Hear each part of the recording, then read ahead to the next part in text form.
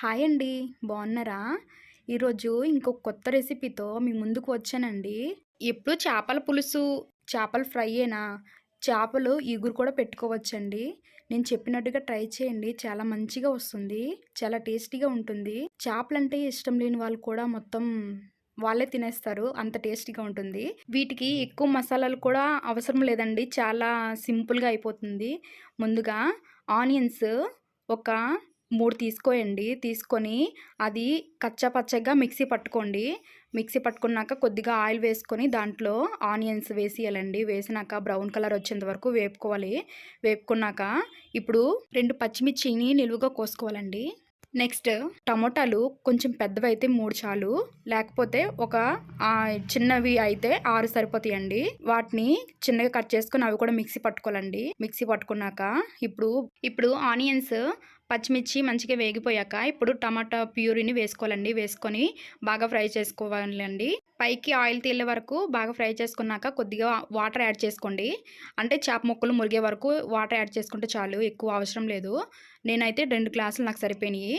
వేసుకున్నాక ఇప్పుడు మ్యారినేట్ చేసుకున్న ఫిష్ని కూడా వేసుకోవాలండి. ముందుగా ఉప్పు, కారం, పసుపు, నెక్స్ట్ ధనియాల పొడి, కొద్దిగా అల్లం వెల్లుల్లి పేస్ట్ వేసుకొని బాగా మ్యారినేట్ చేసుకొని ఒక అరగంట పాటు పక్కన పెట్టుకున్నాను అండి. పెట్టుకున్నాక ఇప్పుడు ఆ పీసులు కూడా వేసుకోవాలి.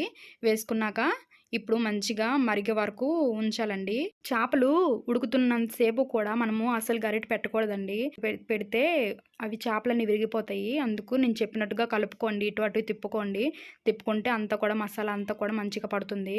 ఆయిల్ అంతా పైకి తేలే వరకు బాగా మరిగించుకోండి. మరిగించుకున్నాక కొద్దిగా కొత్తిమీరను, కొద్దిగా గరం మసాలా వేసుకోండి. అంతే అండి, రెడీ అయిపోయింది. చేపలంటే ఇష్టం లేని వాళ్ళు కూడా ఇంకోసారి పెట్టండి అంటారండి. అంత బాగుంటుంది.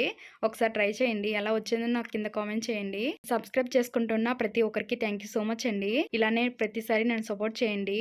ఇంకా సబ్స్క్రైబ్ చేసుకోకుండా ఉండేటట్లయితే సబ్స్క్రైబ్ చేసుకొని నా ఛానల్ని సపోర్ట్ చేయండి. మీకు ఒక టిప్ అండి.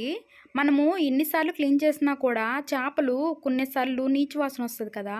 అలా నీచు వాసన రాకుండా ఉండాలంటే కొద్దిగా పసుపు, ఉప్పు, నెక్స్ట్ కొద్దిగా నిమ్మరసం వేసుకొని బాగా కలిపేసి వాటర్తో వాష్ చేసుకోండి.